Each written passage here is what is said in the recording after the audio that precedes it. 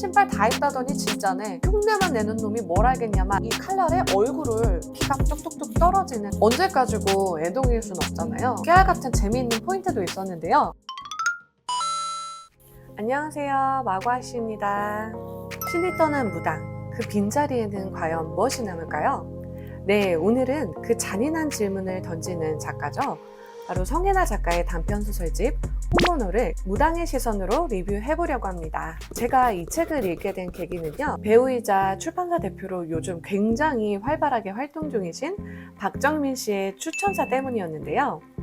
넷플을 왜 보나? 성혜나 책 보면 되는데, 나는 이 한 문장이 띠지에 담겨진 걸 보고 도대체 어떤 소설이길래 이러한 추천사를 남기게 됐을까 굉장히 궁금해졌어요. 표제작인 혼모노가 30년차 박수무당과 그리고 갓 신내림을 막 받은 애동제자 신애기의 이야기를 다루고 있어서 무당인 저로서는 이 책은 꼭 읽어야 된다라는 마음이 들더라고요. 일단 혼모노는 전개가 굉장히 빠르고 장면 묘사가 생생해서 읽는 내내 영화처럼 물 흐르듯이 서사가 흘러갑니다. 아직 책을 읽지 않은 분들도 계실 것 같아서 줄거리를 짧게 얘기해보면요. 주인공 문수는 30년 동안 몸주신 장수할멈을 모셔온 박수무당입니다. 그런데 어느 순간부터 이 몸주신 장수할멈을 포함해서 자신이 모시는 모든 신령님들이 전혀 느껴지지 않기 시작을 합니다. 저희들이 사용하는 언어로는 감흥이 느껴지지 않는다라고 표현도 하는데요. 큰일이 났죠. 그래서 문수는 영적 능력을 잃은 이 빈 껍데기 같은 무당이 되고 어쩔 수 없이 연기하듯이 이 무당 일을 계속 이어나갑니다. 그러던 어느 날 문수의 앞집에 20살 남짓의 신내림을 받은 지 얼마 되지 않은 여자 애동무당인 신애기가 이 자리를 오게 되면서 이 본격적인 두 사람의 갈등이 시작이 되는데요. 문수는 얼마 지나지 않아서 자신의 몸주신이었던 장수할멈이 이 신애기에게 옮겨갔다는 사실을 깨닫게 됩니다. 그래서 문수의 구판도 점사 손님도 모두 이 신애기에게 넘어가기 시작을 해요. 문수는 신애기를 향한 질투 그리고 연민, 자기 자신을 향한 자조와 자괴감 속에서 나는 진짜 무당일까? 아니면 가짜 무당일까? 라는 그러한 질문들과 마주하게 됩니다. 이 작품을 좀 더 재미있게 읽기 위해서는요, 작품의 제목이죠. 혼모노가 무슨 뜻인지 알고 넘어가시면 좋으실 텐데요. 혼모노는 일본어로 진짜, 진품, 진짜백이라는 뜻을 가지고 있습니다. 본래는 긍정적인 의미로 쓰였지만 한국에서는 덕후나 오타쿠를 좀 낮게 부르는 단어로 쓰인다고 해요. 그래서 이 소설에서 혼모노는 진짜 무당, 그리고 태도와 신의 기운으로 증명되는 본물 무당을 뜻합니다. 이 혼모노와 반대되는 개념은 니세모노라고 이 작품 중에 등장을 하는데요. 이 니세모노는 무당인 척을 하는 가짜 무당을 의미를 하게 됩니다. 그래서 결국 이 작품은 처음부터 끝까지 누가 진짜이고 누가 가짜인가 이 질문을 30년차 박수무당인 문수의 삶 전체를 통해서 보여주고 있습니다. 네, 작품에서 장수할멈이 떠났다는 것을 직감하게 된 대표적인 장면이 있는데요. 바로 제수굿에서의 작두거리 장면입니다. 문수는요, 마을굿을 맡아서 하게 되는데요. 이 마을굿을 맡아서 하는 그 제수굿에서 작두거리를 선보이게 됩니다. 그래서 문수가 신의 위용을 좀 보여주기 위해서 작두를 들고 춤을 추기 시작을 합니다. 한창 춤을 추던 문수가 작두를 칼날에 얼굴을 이렇게 대는데요. 그때 이 칼날에 얼굴을 베이고 맙니다. 그래서 이 얼굴을 베이면서 뺨에서 피가 뚝뚝뚝 떨어지는 그러한 장면이 묘사가 되는데요. 신이 정말 잘 들어와 계신다면 절대 일어나지 않을 사고죠. 실제로 설판에서 이런 일이 벌어지면 저희 말로는 부정을 탔다고 얘기를 하거든요. 그래서 문수가 이 급히 장수할멈을 신장제를 잡고 막 불러보지만 신령님들이 아무런 응답을 하지 않습니다. 이런 일이 벌어지고 나서 문수는 본인의 이제 신당에 장수할멈이 가장 좋아했던 빨간 목단 생화를 올려드리는데요. 이때 장수할멈이 좋아하는 생화는 혼모노를, 그리고 좋아하는 문수가 현재 처한 상황을 드러내는 상징처럼 느껴집니다. 문수가 또 장수 할멈과 신령님들이 본인을 떠났다는 거를 느끼게 되는 가장 결정적인 이 일이 또 있는데요. 본인의 앞집에 이사온 신혜기와 그 부모가 파시르떡을 들고 와서 이제 인사를 하는 그러한 장면이 나와요. 문수가 이제 가만히 있지 않고 차를 신혜기의 부모한테 대접을 해드리거든요. 근데 그 장면에서 갑자기 신혜기가 문수를 향해서 이렇게 말합니다. 신발 다 입다더니 진짜네. 너의 장수 할멈이 나한테 왔어. 흉내만 내는 놈이 뭘 알겠냐만 이 문수가요. 이 얘기를 듣고 너무 벙찌는 거예요. 벙찌고 당황하고 도대체 이게 무슨 말인가 하는 그러한 상황인데요. 이 대목은 문수에게는 정말 자존심이 무너지는 대목이자 또 문수의 정체성이 파괴되는 장면이라고 보여집니다. 왜냐하면 문수가 지금까지 굉장히 많은 의지를 해온 영검한 신령님이 장수 할멈입니다. 네, 이렇게 문수는 스스로 이 무당으로서의 능력을 다 상실했다는 걸 알고는 있지만 어쩔 수 없이 생계를 위해서 굿 의뢰를 받아야 되는 상황에 놓여집니다. 아니, 신령이 없는데 굿을 어떻게 할까요? 그래서 문수는 이제 한 가지 방도를 내는데요. 바로 유튜브에 떠도는 무당들이 굿판에서 하는 행동을 그대로 막 따라하려고 모방을 해요. 막 이렇게 신이 온 것처럼 몸을 막 떤다든지 이러한 행동들을 하면서 이제 모방을 하려고 합니다. 심지어는 날이 서지 않은 모형 작두를 또 구매를 하려고 해요. 네, 이거는 진짜 같은 무당 입장에서 봤을 때 좀 굉장히 안타까운 장면 중 하나였어요. 근데 아이러니하게도 지인 무당한테 이제 연락이 오는데요. 문수한테 오늘의 운세 알바 제안을 합니다.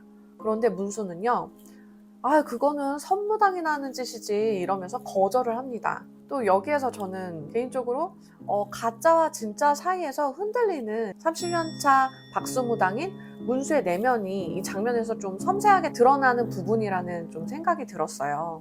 네, 결국에는 이제 문수의 신발이 떨어졌다는 소문을 또 들은 문수의 단골 손님이자 또 형 동생하는 사이죠. 이 정치인 황보가 원래는 문수에게 굿을 맡겼다가 이 문수가 아닌 신혜기에게 굿을 맡기게 됩니다. 그래서 굉장히 분노한 문수는 그 굿판에 난입해서 신혜기와 작두 위에서 마지막 대변을 펼치게 됩니다. 과연 어떻게 됐을까요? 이 신혜기는 작두 위에서 버티다가 나가 떨어지는데 이 신이 떠난 문수는 발과 얼굴 곳곳에 이 작두를 대는데요. 피가 철철철 나는 순간에도 끝까지 작두 위에서 버텨냅니다. 근데 이 장면은요, 굉장히 좀 슬프기도 하고 좀 잔혹하기도 하고 또 문수가 마침내 또 진실을 받아들이는 장면이어서 그런지 좀 속이 또 시원한 부분들도 있었어요. 장수 할멈은 완전히 떠났다라는 인정을 스스로 했을 뿐더러 또 이제는 신이 아니라 내 자신으로 서야 된다라는 그러한 생각을 가진 문수가 그 작두에 서서 굉장한 카타르시스를 느끼는 그러한 생각과 대사들이 책 속에 나오게 되는데요. 그래서 이 작두 위에서 작두를 막 타던 문수가 마지막에 신혜기에게 하는 말이 있습니다. 어떤 말이냐면 이 신혜기가 본인의 부모와 같이 문수의 집에 찾아왔을 때 했던 말을 그대로 돌려주는데요. 흉내만 내는 놈이 뭘 알겠냐만 이라고 이렇게 탁 내뱉습니다. 그 순간이 저는 굉장히 이 문수가 홀가분해 보였어요.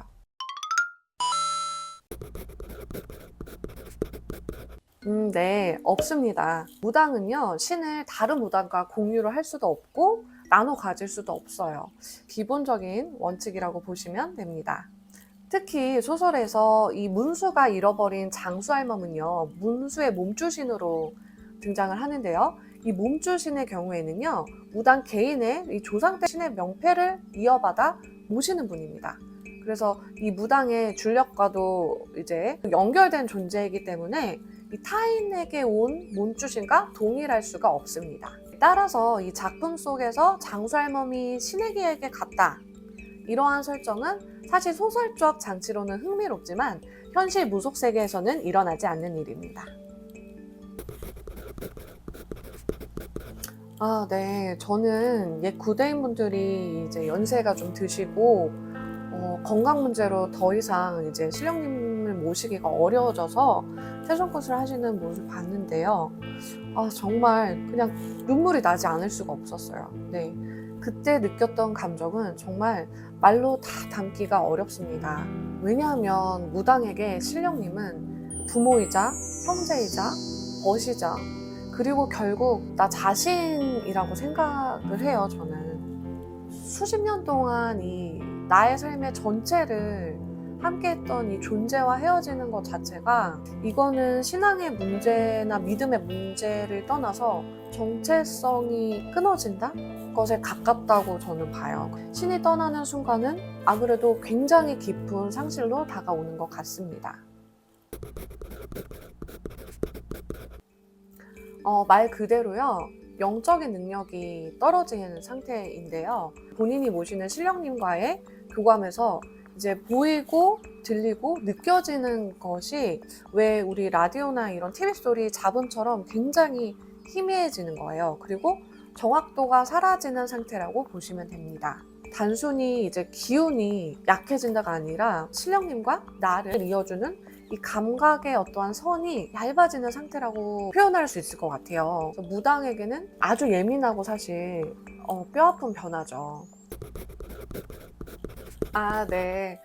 새로 태어난 존재는 맑고 또 깨끗한 기운이 서려 있죠. 그래서 이 어린 아이들 보면은 굉장히 에너지가 넘치죠. 그런 것처럼 갓 사제의 길에 들어선 애동 제자들은 굉장히 깨끗하고 맑은 기운을 지니고 있습니다. 때로는 더 강해 보이기도 하고 또 날 것에 대한 그런 어떠한 신선한 충격이라고 해야 될까요? 네. 때때로 신령님 감흥도 더 빠르게 보이고 느껴지기도 합니다. 하지만 기도나 수행 등 이런 사제로서의 어떠한 그러한 자세나 마음을 갈고 닦지 않으면 그 기운도 탁해지게 되죠. 언제까지고 애동일 수는 없잖아요. 개인적인 생각으로는 세월이 좀 흐르면서 이런 업력, 경험이나 신의 제자의 길을 걸어가는 이런 수행을 통해서 기도를 통해서 단단해진 그런 우리 구대인 무당 선생님들의 깊이는 따라올 수 없는 어떠한 차원이 있는 것 같아요.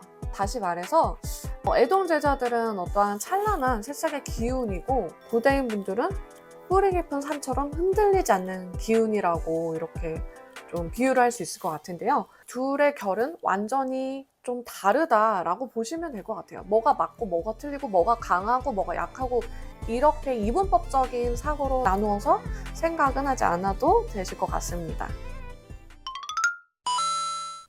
네, 이 소설은 겉으로는 진짜 무당은 누구인가 라는 질문을 던지는 듯이 보이지만 사실 마지막에 남는 질문은 진짜 나는 누구인가 인 것 같아요.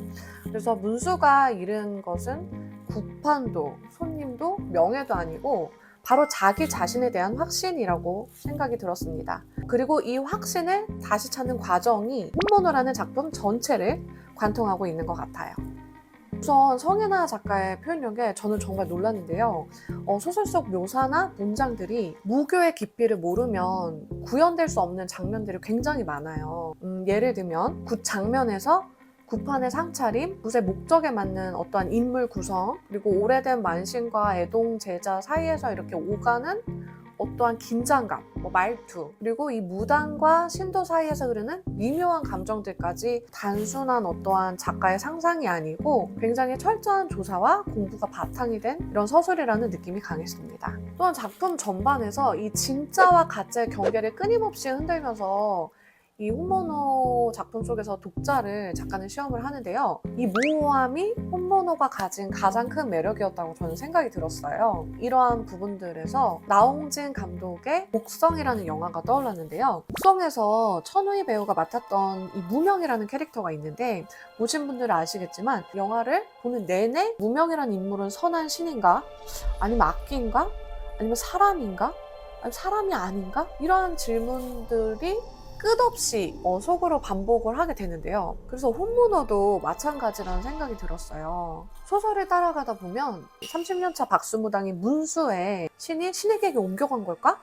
아니면은 이 30년차 박수무당 문수가 가짜인가? 여태껏 가짜인데 진짜 행세를 한 건가? 아니면은 저 혜성처럼 등장한 신에게가 진짜인가? 혹은 진짜처럼 보이는 가짜는 또 누구인가? 이러한 그 경계가 끊임없이 모호해집니다. 그리고 문수가 이 제주굿을 하기 위해서 모형 작두를 찾게 되는데요. 그와 또 대비되는 장면들이 있어요. 문수가 길을 걸어가다가 자기 신도이자 또 형 동생하는 사이죠. 이 황보의 포스터를 보고 자기도 모르게 이 진심으로 기도를 올리는 장면이 있습니다. 저는 이 장면에서도 좀 동질감을 느꼈어요. 밖에서 보면 무당과 신도는 좀 물질적으로 이루어진 관계로만 보일 수가 있지만 실제로는 사실 그렇지 않거든요. 한 분을 위해서 기도를 시작을 하면 이 기간이 하루 이틀이 아니고 또 한 달, 두 달, 1년, 2년 이렇게 갈 때도 있는데요. 기간이 또 길어질수록 우리는 같은 배를 타고 망망대해를 건너는 어떤 동지 같은 느낌이 생겨요. 우리 신도님의 소망이 이루어지면 그 기쁨이 정말 진짜 제일처럼 벅차오릅니다. 이 감정은요, 몇십 년 지기 친구에게 느끼는 것보다도 더 깊을 때가 있는 것 같아요. 네, 그리고 또 하나 인상적이었던 장면이 있는데요. 이 문수가 대학가를 이렇게 걷다가 혼자 카페에 들어가는 신혜기를 보면서 저 애는 친구가 있을까? 나와 비슷할까? 어떨까? 저 애도 외롭겠지? 신혜기를 보며 자신의 과거와 이렇게 겹쳐 보이는 생각, 또 어떤 동질감을 느끼는, 그리고 뭔가 또 동정심, 연민? 이러한 감정들을 생각하는 순간이 나오는데요. 네, 이 장면이 굉장히 인상 깊었어요, 저는. 왜냐면 이 대목에서 오히려 문수가 신혜기보다 더 인간적이고 오히려 가짜인지 진짜인지 여지껏 좀 고민이 됐다면 진짜 무당처럼 느껴졌거든요. 반대로 또 돈 문제로 이 아버지랑 다투고 또 문수한테 무당 흉내만 낸다면서 소리치던 신혜기는 어딘가 모르게 가짜의 얼굴을 하고 있는 것처럼 보이기도 했습니다. 중간중간 이제 무당의 입장에서 무당의 눈으로 보면 조금 아쉬웠던 부분들도 있었는데요. 그중 하나는 굿을 하면서 나무 아미타불을 외우면서 접신을 하려고 시도를 하는 장면들이 있었는데요. 네, 무속의 굿과 불교의 연불은 분명히 좀 다른 체계의 부분이거든요. 국판에서 연불을 이렇게 암송을 하면서 신을 부른다는 묘사는 실제 무속과는 맞지 않는 표현입니다. 또 하나는 해원경을 하는 장면에서 칼춤을 추는 대목이 나와요. 근데 사실 해원경 같은 경우에는 망자에 살아계셨을 때 이 한을 푸는 그런 의식이기 때문에 이 칼춤처럼 액을 맞거나 어떠한 삿된 기운을 물리는 행위는 포함되지 않습니다. 아마도 독자분들의 이해를 돕기 위한 어떠한 소설적 장치였을 거라는 생각이 듭니다. 깨알같은 재미있는 포인트도 있었는데요. 작가님이 전체에서 문단을 나눌 때 쓰시는 아이콘이 다 다르더라고요. 이 표제작 혼문호에서 아이콘은 불교의 만자를 사용하셨더라고요. 작품 전체의 흐름과도 그리고 상징적으로 굉장히 잘 맞고 또 작가분의 센스가 돋보이는 아주 탁월한 또 하나의 숨어져 있는 장치였다고 느꼈습니다. 네, 전통적인 방식으로 본인의 신령님들을 모셔왔던 그리고 장수할멈을 모셔온 중년의 박수 무당 문수와 본인이 하고 싶은 부분들을 다 하면서 예를 들면 햄버거를 먹는 씬도 나오거든요. 근데 그 햄버거를 먹는 신혜기의 모습을 보면서 문수는 신혜기한테 장수할멈이 들어가 있을 리 없어. 왜냐? 우리 장수할멈은 먹는 것에서도 까다로워서 나는 그런 음식들을 먹지도 못하고 굉장히 깨끗하게 힘들게 할멈을 모셔왔거든요. 근데 신혜기가 하는 행동들은 그것과 별개로 할멈과 동등한 존재처럼 보이거든요. 할멈과 동등한 존재처럼 보이는 이 젊은 신혜기와의 이 대립은 오늘날 무교 세계에서도 실제로 벌어지는 세대 간의 대립을 개인적으로 떠올리게 했습니다. 이 세대 간의 대립이 무교 세계뿐만 아니고 지금 시대를 관통하는 그러한 어떠한 주제인 것 같아요. 네, 그렇기 때문에 더욱 생생하고 또 남 얘기 같지 않았던 그러한 서사였다는 생각이 들었습니다. 네, 이상 무당의 시선으로 읽어본 성혜나 작가의 호모노 리뷰였습니다. 또 다음에도 이러한 멋진 작품, 또 이야기를 나눠볼 수 있는 그러한 작품들로 찾아뵙도록 하겠습니다. 재밌게 봐주셔서 감사합니다.